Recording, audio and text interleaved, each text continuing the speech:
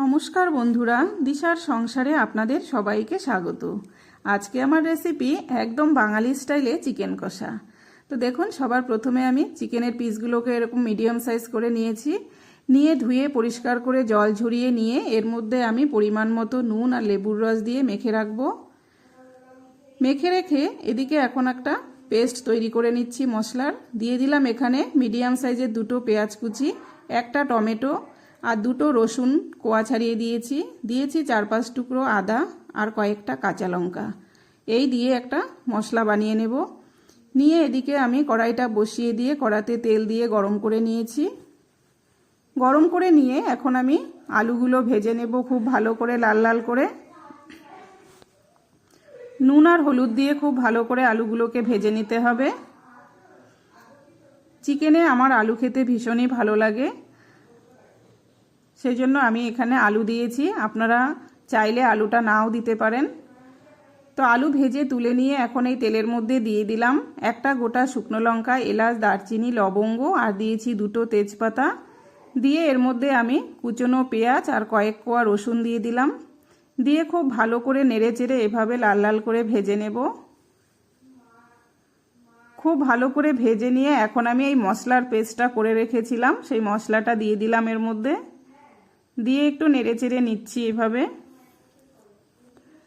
নেড়ে চেড়ে নিয়ে এখন আমি এর মধ্যে আরও কিছু মশলা দিয়ে দিলাম এখানে পরিমাণ মতো নুন, হলুদ গুঁড়ো, জিরে গুঁড়ো আর এই মিক্সির বাটিটা ধুয়ে একটু জল দিয়ে দিলাম।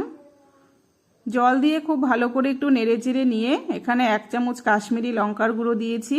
এতে করে চিকেন কষার কালারটা খুব সুন্দর হবে। আর দুটো রসুনও দিয়ে দিলাম। গোটা রসুন কিন্তু চিকেন বলুন আর মাটন বলুন সব কিছুতেই খেতে খুব ভালো লাগে। তো মশলাটা হাফ কষানো হয়ে গেলে এর মধ্যে আমি দিয়ে দিলাম চিকেনগুলো দিয়ে খুব ভালো করে এভাবে নেড়ে চেড়ে কষিয়ে নিতে হবে। চিকেনটা যত ভালো কষানো হবে এই চিকেন কষার টেস্টটাও কিন্তু ততটাই ভালো হবে। তো দেখুন, আমি এইভাবে কিন্তু ঢেকে ঢেকে বেশ কিছুক্ষণ ধরে চিকেনগুলোকে কষিয়ে নেব। চিকেন থেকে অনেকটা জলও বেরিয়ে গেছে। এভাবে কিছুক্ষণ কষিয়ে নিয়ে এখন আমি এর মধ্যে ভেজে রাখা আলুগুলো দিয়ে দিলাম। আলুগুলো দিয়ে একটু নেড়ে চেড়ে আমি ওপর থেকে একটু গোলমরিচের গুঁড়ো ছড়িয়ে দিয়েছি। গোলমরিচের গুঁড়ো দিয়ে কিন্তু এভাবে খুব ভালো করে একদম লাল লাল করে কষিয়ে নিতে হবে। তো চিকেনটা কষানো হয়ে গেলে সামান্য পরিমাণে জল দিয়ে দিয়েছি। জল দিয়ে 3-4 মিনিট রান্না করে ওপর থেকে একটু গরম মশলা ছড়িয়ে দিলাম। গরম মশলা ছড়িয়ে দিয়ে এভাবে আরও 2-1 মিনিট রান্না করে নিলেই কিন্তু চিকেন কষা একদম রেডি হয়ে যাবে। তো দেখুন, চিকেন কষা কিন্তু একদম রেডি। ওপর থেকে আমি একটু ধনেপাতা ছড়িয়ে দিয়েই কিন্তু নামিয়ে নেব। তো এভাবে আপনারা কিন্তু বাড়িতে করে খেয়ে দেখবেন, খেতে কিন্তু খুবই অসাধারণ হয়। রুটি, ভাত, পরোটা, ফ্রাইড রাইস সব কিছুর সাথেই দারুণ লাগে। তো রেসিপিটি আপনাদের যদি ভালো লেগে থাকে লাইক, কমেন্ট, শেয়ার করবেন, পেজটিকে ফলো করবেন।